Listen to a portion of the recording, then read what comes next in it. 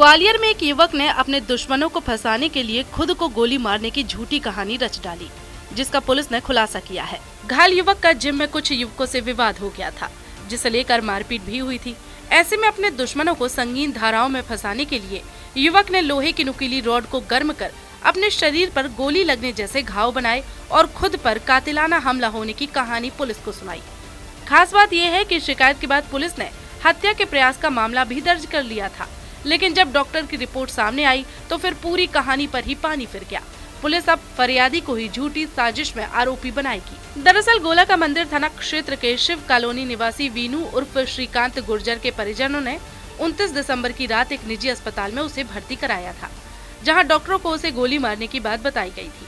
सीने पर right side में गोली लगने और ठीक पीछे पीठ पर गोली चीरते हुए निकलने के घाव थे।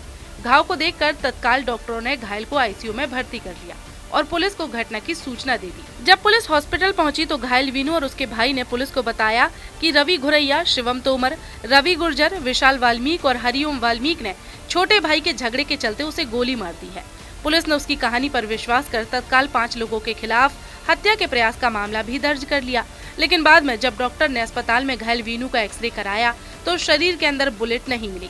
इसके बाद संदेह पैदा हुआ तो डॉक्टरों ने सिटी स्कैन कराया। फिर क्या था, सिटी स्कैन रिपोर्ट से पूरे मामले का खुलासा हो गया। रिपोर्ट में ना तो गोली सीना भेद कर शरीर के अंदर गई और ना ही पीठ से बाहर निकली थी, बल्कि रिपोर्ट में ये घाव गन शॉट का ही नहीं था।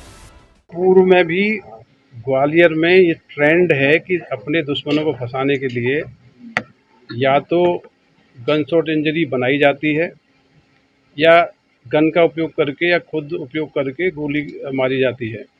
इस प्रकार के विगत दिनों में कई सारे केसेज आए हैं। ऐसे सभी केसों में जिसने फर्जी साक्ष्य रचा, दुश्मन को फंसाने की पूरी षड्यंत्र रचा, उनको ही हमने जेल के अंदर किया है।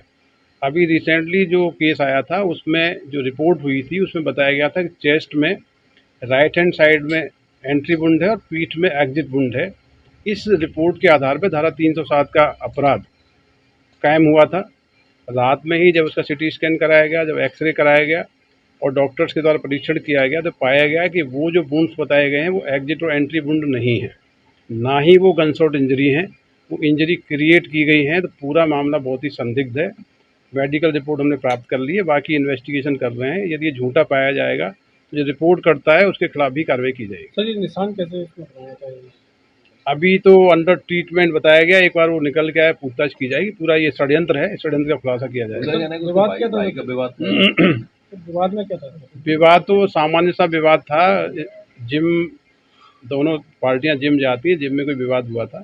सामान्य से विवाद में मारपीट हुई थी। मारपीट करने के बाद गन शॉट इंजरी और गोली लगने की सूचना मिली थी, जो कि गोली लगने की चोट नहीं पाई गई है। बाकी परिस्थितियों की हम लोग जांच कर रहे हैं। डॉक्टरों ने जब घायल वीनू गुर्जर के घाव की पड़ताल की तो वो किसी गर्म लोहे की रॉड से बनाया गया मालूम हुआ, जिसे लेकर डॉक्टर ने तुरंत पुलिस को इसके बारे में जानकारी दी। पुलिस ने जब फिर से इसकी पड़ताल की तो पता चला दुश्मनों को फंसाने के लिए वीनू ने अपने शरीर में गर्म रॉड चुभोकर ये घाव बनाए हैं। गोली मारकर हत्या के प्रयास की जो कहानी सुनाई गई थी वो पूरी तरह फर्जी निकली। घायल वीनू ने जिन युवकों पर हमला करने का आरोप लगाया था वो सभी 5 युवक गोला का मंदिर में एक जिम में एक्सरसाइज करने के लिए जाते थे। यहाँ वीनू का रवि घुरैया से झगड़ा हो गया था, जिस पर वीनू की युवकों ने मारपीट कर दी थी, जिसके टशन में उसने बदला लेने के लिए ये प्लानिंग की थी।